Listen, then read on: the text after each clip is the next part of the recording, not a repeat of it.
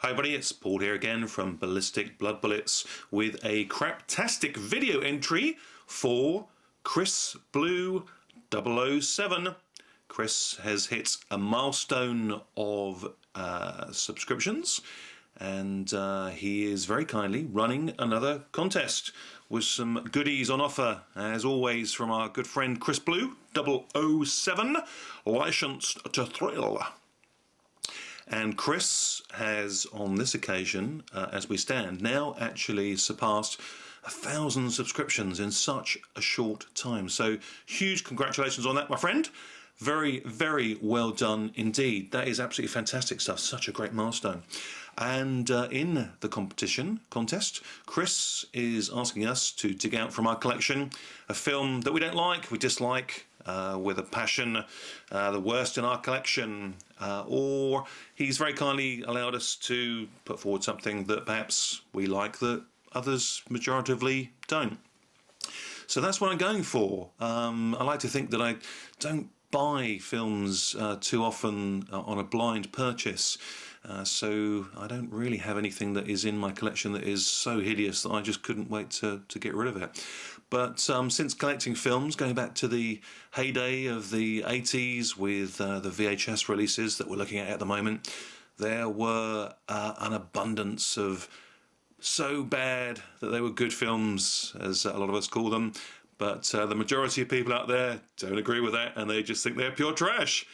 And each to their own, of course. But there are some delicious VHS offerings of some bad movies that I have, but just still get such a kick out of them, and still occasionally pick them up today, particularly with a huge collection of Japanese VHS tapes, which the quality of the tape is just the best out there as far as video cassettes are concerned.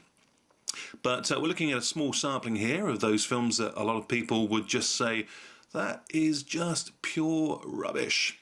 Well, I like to disagree.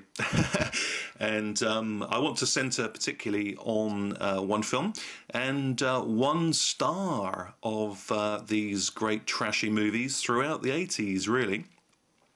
And the star that I'm talking about is none other than Mr. Cameron Mitchell, and one of the films that he shone in, and this was made in 1982, and that is the epic that is Raw Force. And hopefully you can just tell by looking at this front cover picture art. Does it get any better than that for B-movie horror film collectors? That is just some sublime artwork. Absolutely fantastic. How can you not fall in love with a movie with a front cover art screaming out at you like that? Raw Force.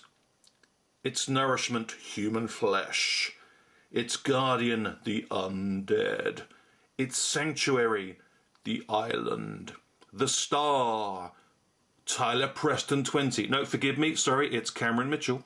Cameron Mitchell, he is starring in this, and this movie, Raw Force, is, as far as Chris Blue 007's contest request of us, it is a kick-ass, craptastic, kung fu zombie caper like no other. It's also known as Kung Fu Cannibals, and it's an American-Filipino co-production shot in the Philippines, and starring, as I say, Cameron Mitchell, and his character is Captain Harry Dodds.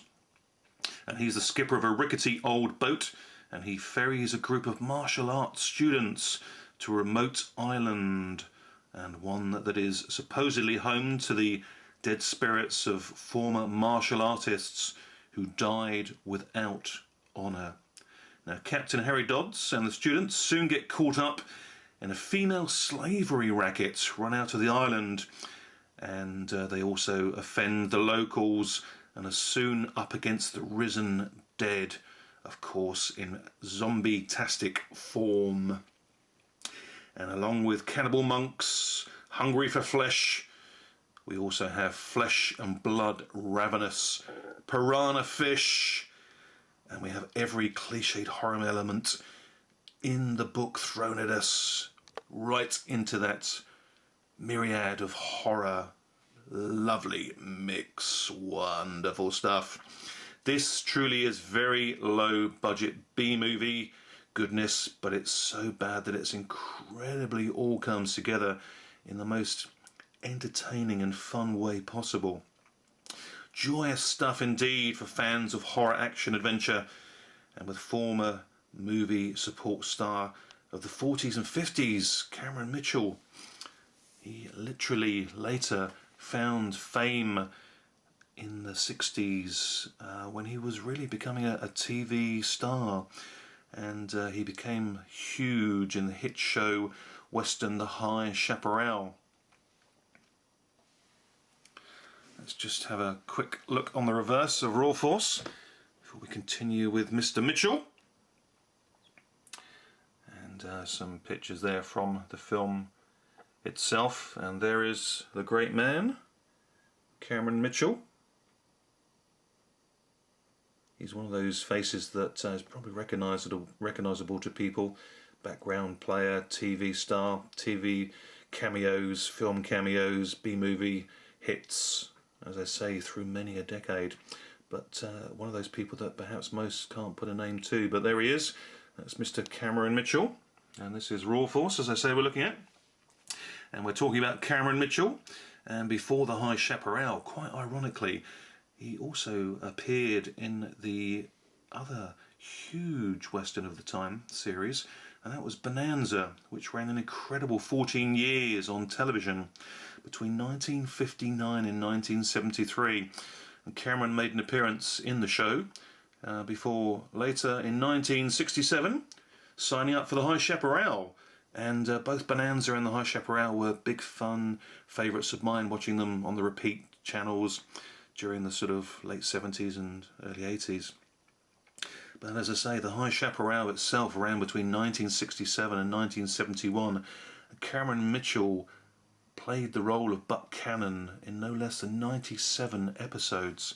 I mean, that is pretty darn spectacular. I mean, that's a lot of episodes, and it just shows the popularity and the longevity of the series that were made during that time when, of course, we weren't treated to so many TV channels and satellite channels that we have the choice of today.